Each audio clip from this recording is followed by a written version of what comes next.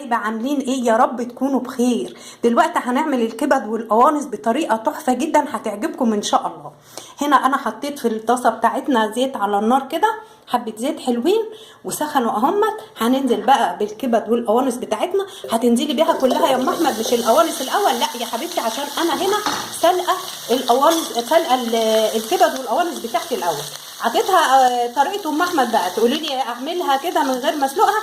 جربي تسلقي، تديها غلوه وتاخدي الميه بتاعتها ترميها وتحطي ميه تاني سخنه. كل مره تحطي لها ميه سخنه وتحطيها على النار، بتطلع ريم وحش جدا. اعملي كده ان شاء الله هتاكلي احلى كبده ان شاء الله، كبد وقوانص. انا عامله الطريقه دي معاكم عملي على القناه، شوفوها ان شاء الله هتعجبكم. عشان تاكلي كبد وقوانص بنفس مفتوحه وتبقى ريحتها قلب الدنيا، لازم تعملي الحركه دي. تدي الكبد والقوانص مهما كنت غسلاها ومهما كنت عامله فيها الا ما يعمل، لازم تديها غلوه على النار. بتطلع ريم كتير جدا، بتاخديها في الحوض تشطفيها وتحطي لها تاني ميه سخنه وتاخد كمان غلوه على النار، بتطلع تاني ريم. اخر مره بقى التالته بتبقى الميه بتاعتها رايقه وزي الفل. بعد كده بقى بنصفيها وبناخدها كده نشوحها زي ما انتم شايفين كده. بسم الله ما شاء الله، ريحتها ولا ريحه زفاره ولا اي حاجه.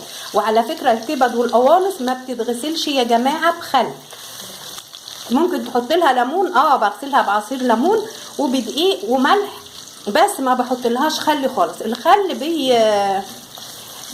بيثبت الزفاره بتاعتها. زي ما انتم شايفين كده انا شوحت الكبد والقوانص بتاعتي اهي. طبعا انا كل حاجه معايا مستويه بس بديها تشويحه. في النص كده عملت فتحه، فضيت حته كده وهحط فيها البصل كده.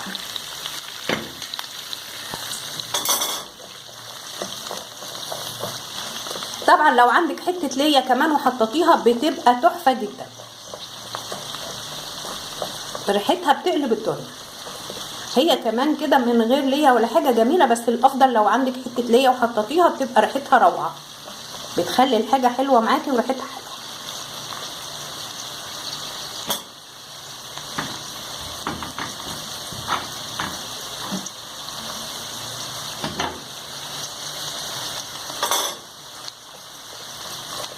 شوحي كل حاجه كويس زي ما انتم شايفين كده، تطلع معاكي النتيجه روعه.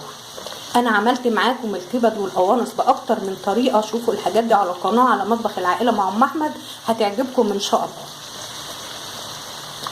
دي من الاكلات السريعه الحلوه جدا، لو هتعمليها بطريقتي دي هتعجبك، جربيها ان شاء الله بجد تحفه. ما نحطيش هو الاكل اذواق عموما يعني، بس لما بتحطي الكبد نيه والقوانص نيه بيبقى فيها مهما تعملي فيها سنه زفاره لسه.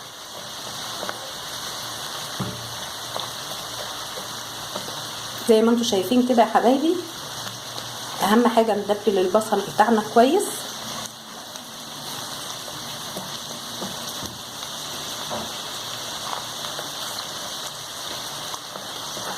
وفي النص كده نفضي مكان ونحط الثوم بتاعنا.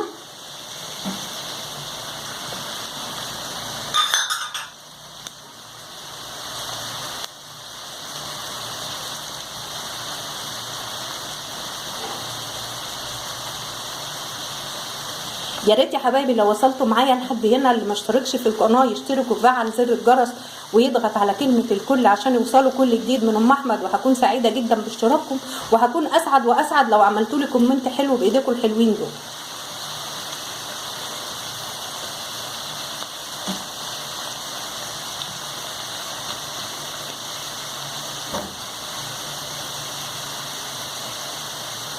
ما تفضليش تقلبي في الحاجه بتاعتك كتير عشان تنجز معاكي بسرعه. لو انت بتقلبي كتير بتضيعي الحراره بتاعت الصينيه بتاعتك او الطاسه بتاعتك، فما بتخلي الحاجه تاخد وقت معاكي عشان تنجز معاكي بسرعه.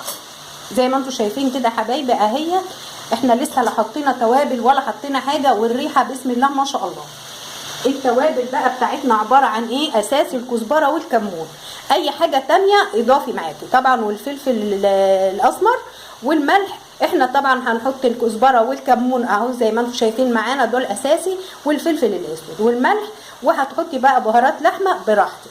انا دي البهارات بتاعت ام احمد، شوفوها هتعجبكم جدا، بيبقى فيها كل حاجه، فيها جوز الطيب، فيها القرنفل، فيها زر الورد، فيها حاجات كتيره جدا. توابل ام احمد روعه، جربوها، عملتها لكم على القناه بسم الله ما شاء الله، كل اللي جربها عجبته جدا. الله بقى بعد ما تحطي التوابل بقى والريحه بتطلع كده روعه.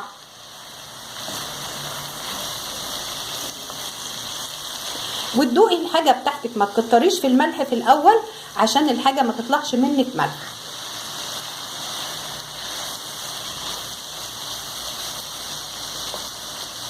زي ما انتم شايفين بسم الله ما شاء الله يا حبايبي اهو. هننزل بقى بالفلفل بتاعنا، الفلفل الرومي اهو. طبعا حابه تحطي فلفلايه حاميه براحتك. انا الفلفل الرومي اللي عندي ده بيبقى نص حامي، يعني فيه حتى سنه بسيطه حاميه كده والباقي بارد، فبيدي طعم حلو.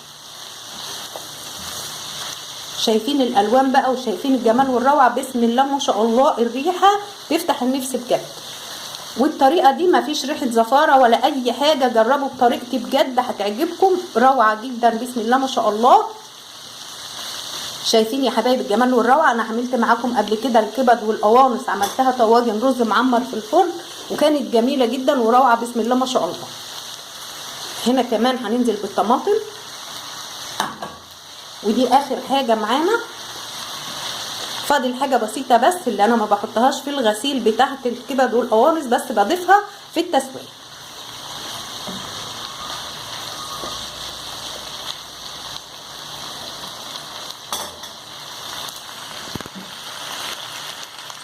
اللي هي معلقه الخل زي ما انتم شايفين كده اهو. ممكن كمان تحطي عصير ليمون.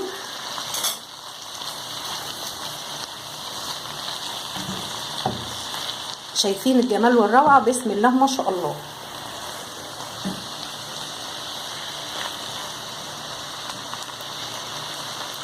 ايه رايكم كده يا حبايبي بقى بسم الله ما شاء الله؟ شايفين؟ يا ريت بقى لو عجبتكم المزاليكيا بتاعت ام احمد دي او الكبد والقوانص بتاعت ام احمد دي، ما تنسوش يا حبايبي تعملوا لايك للفيديو. وكل الفيديوهات بتاعت ام احمد هتعجبكم جدا. بالنسبه للكبد والقوانص عاملاها باكتر من طريقه، جربوها بجد روعه جدا باذن الله هتعجبكم. ودلوقتي احنا خلاص طفينا النار بتاعتنا، هي بتتقدم بالصينيه بتاعتها او بالطاسه بتاعتها زي ما انتم شايفين كده، هي حلاوتها بتتقدم كده. كمان عامله معاكم الكبد والكلاوي، عاملاها بطريقه روعه. شوفوا الحاجات دي على مطبخ العائله مع ام احمد بجد روعه جدا. جربوا الحاجه دي بطريقه ام احمد وان شاء الله هتدعوا لي. هنا بتقدميها بايه؟ انا هنا عامله معاها عيش فينو، وكمان العيش الطري ده زي ما انتم شايفين كده يا حبايبي. ادي العيش الفينو، وبتتقدم معاها مخلل. العيش الفينو بتاعنا اهو عاملينه في البيت بسم الله ما شاء الله. شايفين الجمال والروعه طراوه مفيش بعد كده. شايفين تحفه جدا. جربوا العيش الفينو بتاع ام احمد هيعجبكم. انا عملته معاكم باكتر من طريقه. عملت معاكم العيش الفينو بالعيش الحبه الكامله، عملته معاكم بالبطاطا، حاجات روعه جدا وعجبت ناس كتير. جربوا الحاجات دي بجد على مطبخ العائله مع ام احمد هتعجبكم باذن الله. يا ريت يا حبايبي لو عجبكم الفيديو ما تنسوش تعملوا لايك وشير وتضغطوا على كلمه الكل عشان يوصلكم كل جديد من ام احمد. وسلام عليكم، باي باي.